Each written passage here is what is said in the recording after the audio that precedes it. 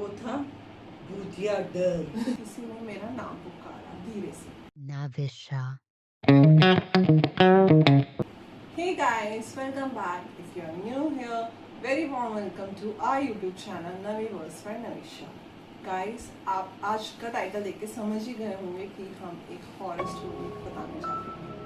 और ये जो हम स्टोरी आपको बताने जा रहे हैं, हम दोनों के साथ कभी ना कभी एक्चुअल में घटित हुई है। ये कोई फिक्शनल नहीं है। So let's start with Mama's story. Can we start the story now? दोस्तों, आज मैं जो आपको स्टोरी सुनाने जा रही हूँ ना, वो किसी मूवी की कहानी नहीं है, मेरे साथ सच में घटी घटना है।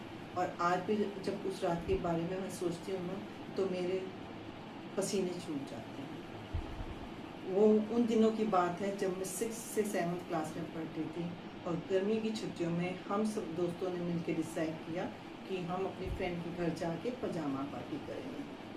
और हम सारी फ्रेंड्स मिलके जनकपुरी का एक अलूफ सा एरिया, जो कि बहुत ही संकरा, और उस वक्त जनकपुरी में नई नई आबादी आई ही थी, बहुत कम घर थे जिसमें लोग रहते थे।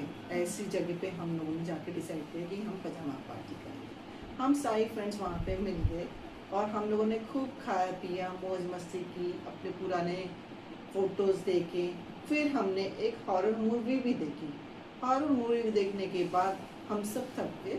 फिर हमने डिसाइड किया कि चलो अब सो जाते हैं।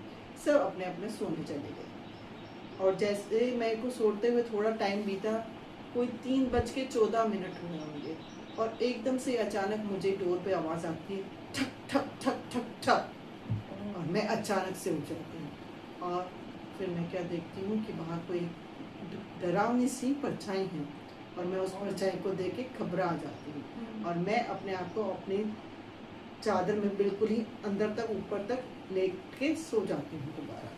तभी क्या मेरे को महसूस होता है कि मेरे ऊपर किसी ने कूदा। मैं फिर डर जाती हूँ और मैं उठ के जैसे अपना लैम्प शेड चलाती हूँ तो मुझे क्या दिखाई देता है कि मेरे ऊपर एक बिल्ली है। और वो बिल्ली कोई और नहीं, मेरी फ्रेंड की बिल्ली थी। पर देखो, उस बिल्ली से भी मैं डर गई। उसके बाद मैं क्या सुनती हूँ कि दोबारा पर्दे को हटा के देखती हूँ तो मुझे दिखाई देता है स्ट्रीट लाइट कभी ऑन कभी ऑफ, कभी ऑन कभी ऑफ, कभी ऑन कभी ऑफ, ऐसे हो रही है। और वो ग्रोनिंग की आवाज़ बढ़ती ही जा रही है। मेरे को तो इतना डर लग रहा था कि मुझे समझ ही नहीं आ रहा था मैं क्या करूँ। फिर मैंने डिसाइड किया कि मैं कमरे से बाहर ही चली जाती हूँ, क्योंकि मेरे को अकेले कमरे में बहुत डर लग रहा था। मैं जैसे ही सीढ़ियाँ उतरना शुरू हुई तो मुझे लगा मेरे पीछे जैसे कोई है। और फिर मैं उतरते उतरते हाँफ रही थी तो किसी ने मेरे कंधे पे हाथ रख दिया। और जब वो हाथ को मैं पलट के देखा तो वो हाथ किसका था? मेरे अपने फादर का। और मैंने उनकी बाहों में सिमट गई और उनकी बाहों में सिमटने के बाद मेरा सारा डर जैसे रफू चक्कर हो गया। दोस्तों, वो पता नहीं वो मेरी गहरी सोच थी या मेरे साथ सच में कुछ घटित हुआ था, मेरे को आज तक नहीं पता। और आज भी जब मैं उस रात के बारे में सोचती हूँ ना तो मैं एकदम पसीने पसीने Oh my God, ये तो काफी हॉरर थी। ये स्टोरी तो मुझे आपने भी नहीं बताई थी तुम लोग। मेरे तो गूज़बम्स आ गए। गाइस, अब मेरी बारी है और ये जो मैं आपको सुनाने जा रही हूँ, उस घटना होने के बाद मैं कुछ दिन तक अकेले मिरर के सामने खड़ी भी नहीं हो पाई थी। ये तब की बात है जब मम्मा, मैं और नानी हम एक जयपुर ट्रिप में गए थे। हमने पूरा दिन खूब मस्ती की, साइट सीइंग किए, वीडियोस बनाए, शॉपिंग करी, खाना खाया, खूब मस्ती करी। और ये सब करते करते हम होटल रात को अराउंड 12 बजे पहुँचे। सब थक चुके थे। नानी अपने रूम में सोने चली गई, मम्मा मेरे साथ रूम में आके बेड पे सोने चली गई। मेरी कुछ वीडियो एडिट्स करनी रहती थी तो मैं लैपटॉप खोल के वीडियोस को एडिट करना शुरू कर दिया। एडिट करते हुए कुछ आधा घंटा हो गया, मुझे नींद आनी शुरू हो गई थी तो मैं वॉशरूम उठ के गई अपना फेस धोने। जब अपना फेस धो ही रही थी, एकदम से मुझे लगा कि कोई मेरे पीछे से गया। मैंने एकदम से मुड़ के देखा पर तब कोई नहीं था वहाँ पे। तो मुझे लगा मैं ओवर एक्ट कर रही हूँ या ओवर थिंक कर रही हूँ, कोई था नहीं, मुझे ऐसे लग रहा था। तो मैंने अपने आप खुद को बोला कि नैनिशा तू ओवर एक्ट मत कर, कोई कुछ नहीं था वहाँ पे। मैं वॉशरूम से वापस अपने रूम में आई, लैपटॉप लेके एडिट करना शुरू कर दिया। जब मैं एडिट कर रही थी तब मुझे लगा किसी ने मेरा नाम पुकारा धीरे से। Navisha. मैं एकदम से डर गई। मैंने अपने ईयरफोन्स निकाले, देखा पूरा रूम साइलेंट था, हल्की हल्की एसी की आवाज़ और हवा आ रही थी। मम्मा कंप्लीट डीप स्लीप में थी तो मम्मा का तो चांस ही नहीं था वो बोलना, पर मैंने सुना था वो, तो आई वॉज कन्फ्यूज। फिर मैंने उसको इग्नोर किया।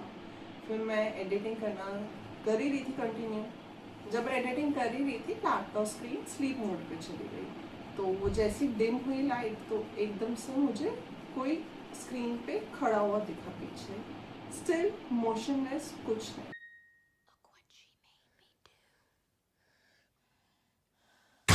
मैं एकदम से पीछे मुड़ के देखा पर कोई था ही नहीं वहाँ पे।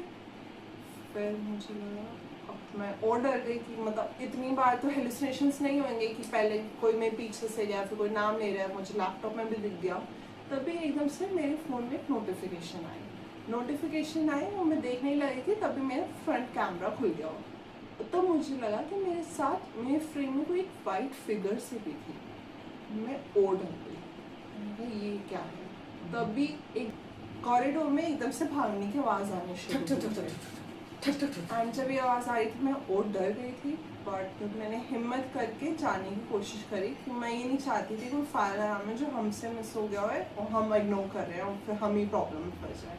तो मैं डर कर गई, मैंने एक डोर से की होल से देखा, बट वहाँ कोई नहीं था। तो भागने की आवाज़ फिर भी आ रही थी। मैं और डर गई और मैं भागी और मम्मा के साथ आके ब्लैंकेट में सो गई।